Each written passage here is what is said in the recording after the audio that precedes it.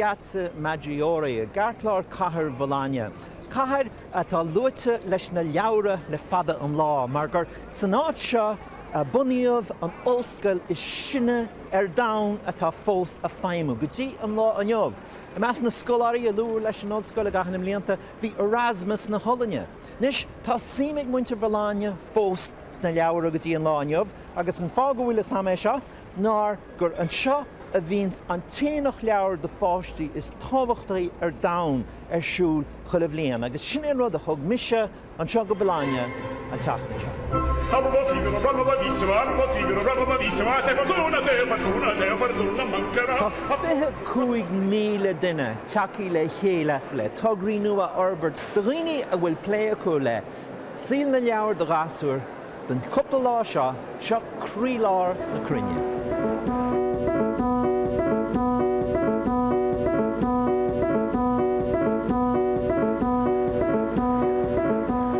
Tá cúisní éagsúla ag go leor daoine le heachtain seo. Go leor go na fáiltethirí móra an phríomhhaim acu ná na leabhar nua acu a chur os cóir fáiltethirí eile agus tríal na cearta dhéal le bheith eistrií i dteangacha eile.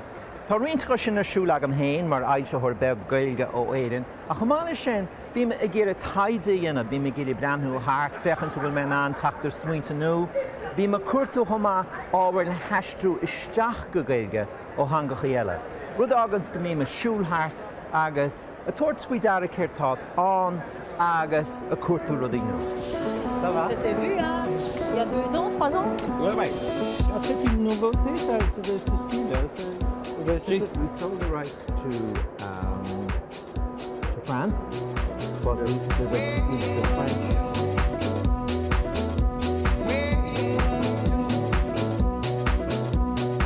Siobhan Parkinson, but tusa an chéad laureate na nóga bhí agan in éireann, ach tá tú an seo mar ailseoir le Little Island.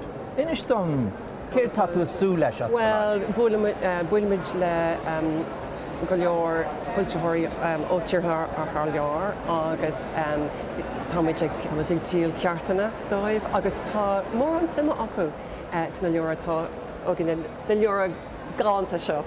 Agus díalann se carta le tíre ó gaáilteán? Armán, don Rang, don Idáil, don Brazil.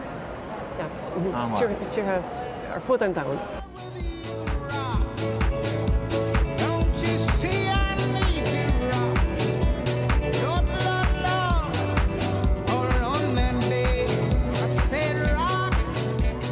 Elena Orion atá ganas ar Children's Books Ireland.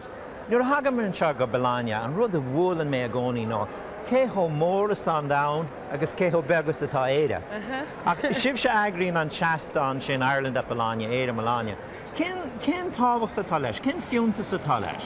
Well, tá míid beag ach tá míid tábhachtach agus tá sé tábhachtach bheith sin agus spásaáil do leabhar na hhéir.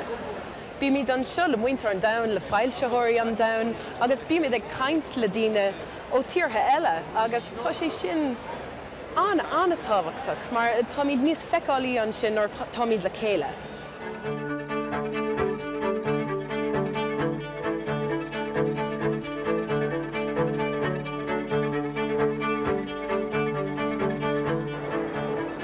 Chuine bblion fáiltítear catalóg mhór de obair alíontóirí maisithirí leabhar ó chuilitear gan domhan, agus is rud mór é de chud sihir all isteach sa catalóg sin. Agus chuine bblion bíonn siad marí a géirí an obair is spáint ar bhealach nó.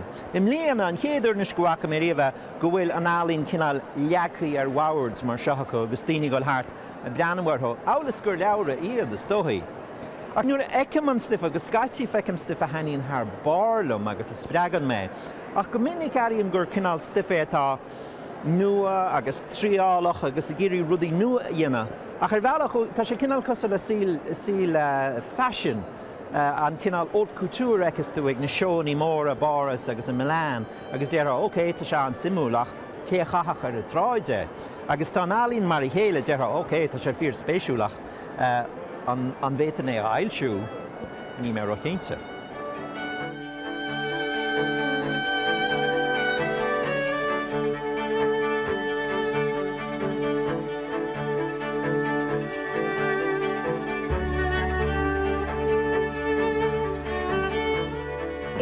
absolutely incredible.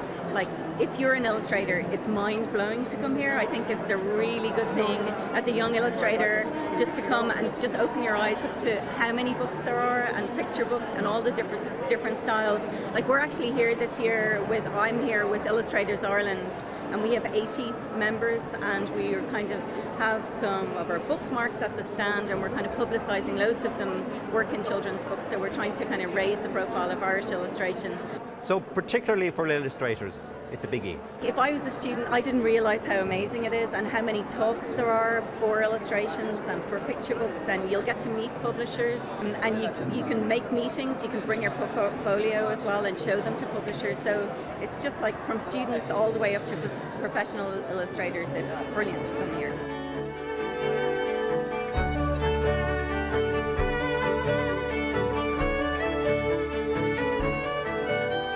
Héis cúpla lá chahabhann se bula le daoine agus a plé tugraí agus a plé smaointe.